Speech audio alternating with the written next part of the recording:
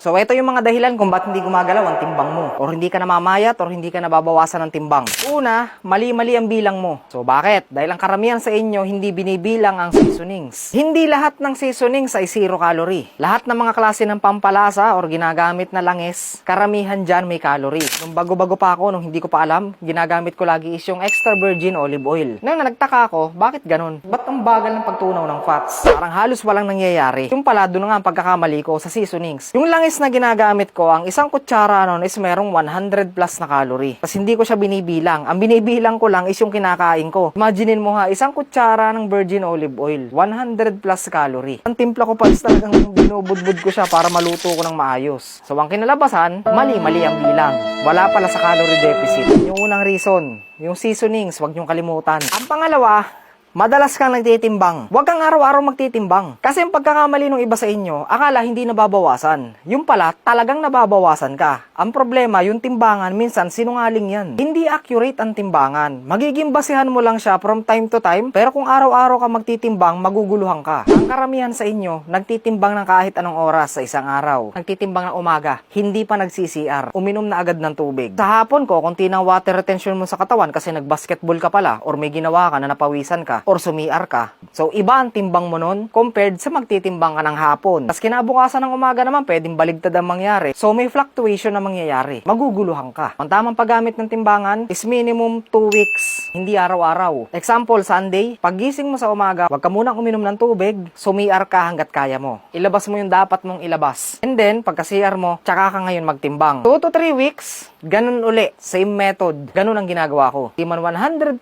na accurate, at least is mataas-taas ang accuracy. Tatlo, nagbibuild ka ng muscle, naglulus ka ng fat, sabay nangyayari. So, ang timbang mo, hindi talaga siya gagalaw. So, example, ito si muscle, ito si fats. So, nagbibuild ka ng muscle, lumalaki si muscle, si fats, lumiliit, nababawasan. So, ang timbang mo talagang hindi gagalaw. So, nasa isip mo ngayon is hindi ka nababawasan ng timbang. Kasi nga sa timbang ka nakafocus. So, ang totoo, nababawasan ka talaga. Nagbibuild ka lang ng muscle or humuhulma ang katawan mo. So, paano naman namin malalaman kung gumaganda ng katawan namin or nababawasan kami kung hindi pala kami palagi nagtitimbang?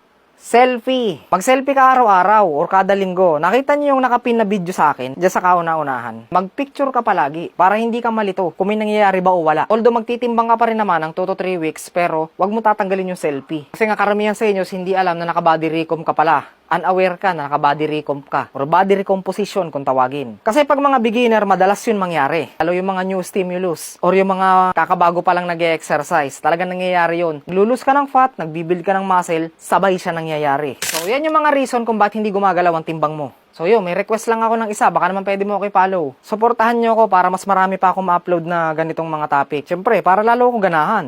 So yun lang muna sa video na to. Maraming salamat. Subscribe and follow Cloud's Fitness for more fitness content.